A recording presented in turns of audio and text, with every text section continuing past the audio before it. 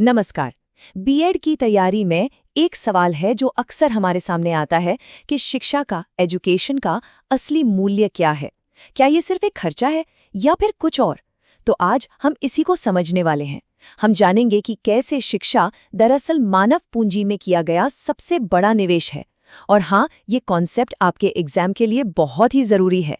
तो देखिए, आज हम क्या-क्या कवर करेंगे। सबसे पहले समझेंगे कि ये मानव पूंजी आखिर है क्या। फिर देखेंगे कि शिक्षा को एक इन्वेस्टमेंट क्यों माना जाता है, खर्चा क्यों नहीं।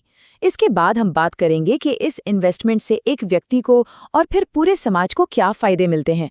और आखिर में जो सबसे जरूरी है कि इस पूरी प्रक्रिया में एक टीचर की भूमिका कितनी अहम है। चलिए, तो फिर शुरू करते हैं सबसे पहले सवाल से। ये मानव पूंजी या ह्यूमन कैपिटल का आखिर मतलब क्या है? सुनने में शायद ये शब्द थोड़ा टेक्निकल लगे, लेकिन इसका कॉन्सेप्ट बहुत ही सीधा और सिंपल है। और सच कहूं तो शिक्षा के इकोनॉमिक इंपॉर्टेंस की ये बुनियाद है। तो देखिए, मानव पूंजी का सीधा सा मतलब है किसी भी व्यक्ति के अंदर मौजूद ज्ञान, कौशल और अनुभव का खजाना। है ना सिंपल? यही वो क्षमता है जो किसी भी इंसान को प्रोडक्टिव बनाती है। सोचिए, एक डॉक्टर का ज्ञान, एक इंजीनियर का स्किल या एक आर्टिस्ट की क्रिएटिविटी, ये सब ह्यूमन कैपिटल के ही तो बेहतरीन उदाहरण है। अच्छा, अब ये जो स्लाइड है ना, ये बहुत इंटरेस्टिंग है। ह्यूमन कैपिटल और फिजिकल कैपिटल में एक जमीन आसमान का फर्क है। देखिए, जो फिजिकल कैपिटल है, जैसे मशीनें या इमारतें, वो इस्तेमाल करने से घिसती हैं, उनकी कीमत कम हो जाती है ना? लेकिन ह्यूमन कैपिटल यानी हमारा ज्ञान और हमारा कौशल, उसका क्या? हम उसे जितना इस्तेमाल करते हैं वो उतना ही बढ़ता है और निखरता है। और सबसे बड़ी बात, इसे हमसे कोई छीन नहीं सकता, ये हमारे अंदर ही रहता है। ठीक है, तो अब हम ये तो समझ गए कि मानव पूंजी क्या है। पर अगला सवाल ये है कि भाई, इसे बनाया कैसे जाता है? बस यहीं पर शिक्षा का रोल आता है। हमें एजुकेशन को एक खर्चे की तरह नहीं, बल्कि एक इन्वेस्टमेंट, एक निवेश की तरह देखना होगा। और ये सोच में एक बहुत बड़ा बदलाव है। तो यहाँ सबसे ज़रूरी बात यही है कि शिक्षा पर जो पैसा और समय लगता है वो कोई खर्चा नहीं है, बल्कि एक निवेश है, एक इन्वेस्टमेंट है। जैसे कोई बिजनेस में पैसा लगाकर भविष्य में मुनाफे की उम्मीद करता है, बिल्कुल वैसे ही शिक्षा में किया गया निवेश भी हमें बेहतर मौक़ों और अच्छी कमाई के रूप में रिटर्न्स देता है। तो ये इन्वेस्टमेंट काम कैसे करता है? इसके 3 आसान से स्टेप्स हैं। पहला है लागत, यानी स्कूल और ट्रेनिंग पर किया गया खर्च। दूसरा है कौशल विकास, जहां हम ज्ञान और नई नई क्षमताएं हासिल करते हैं। और तीसरा, जो सबसे अहम है, वो है इसका नतीजा, यानी बढ़ी हुई प्रोडक्टिविटी और इनकम के रूप में मिलने वाला लॉन्ग टर्म फायदा। अब जब हम ये समझ चुके हैं कि शिक्षा एक निवेश है, तो चलिए देखते हैं कि इससे एक व्यक्ति को, एन इंडिविजुअल को, सीधे तौर पर क्या फायदे मिलते हैं। और ये सिर्फ पैसे की बात नहीं है, ये पर्सनल ग्रोथ के बारे में भी है। देखिए, सबसे सीधा फायदा तो है ज्यादा कमाने की क्षमता। एक पढ़ा लिखा व्यक्ति ज्यादा कमाता है। क्यों? क्योंकि शिक्षा उसे वो स्किल्स देती है जिनकी बाजार में डिमांड है।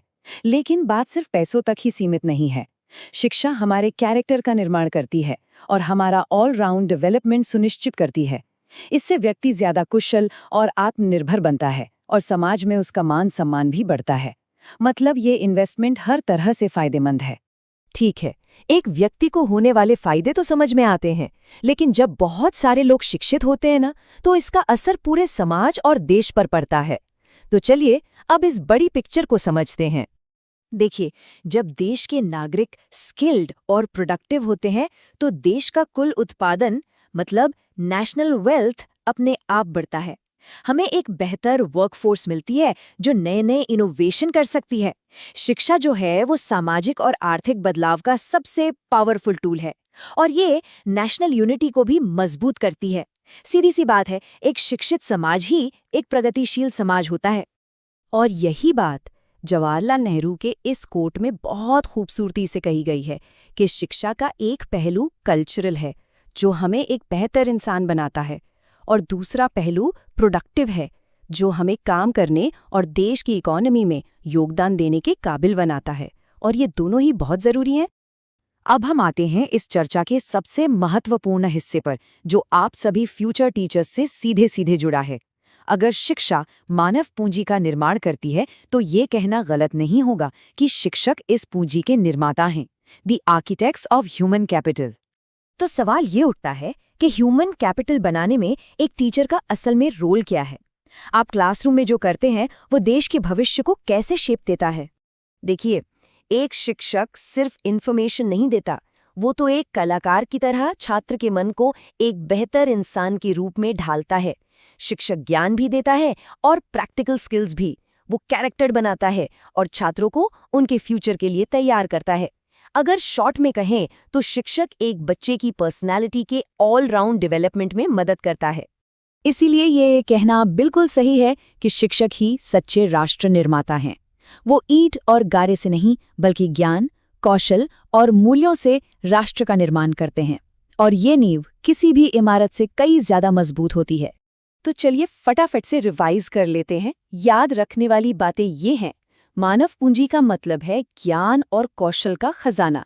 शिक्षा कोई खर्चा नहीं बल्कि इसी पूंजी में किया गया एक इन्वेस्टमेंट है। ये इन्वेस्टमेंट व्यक्ति की आय बढ़ाता है और देश की इकोनॉमी को मजबूत करता है।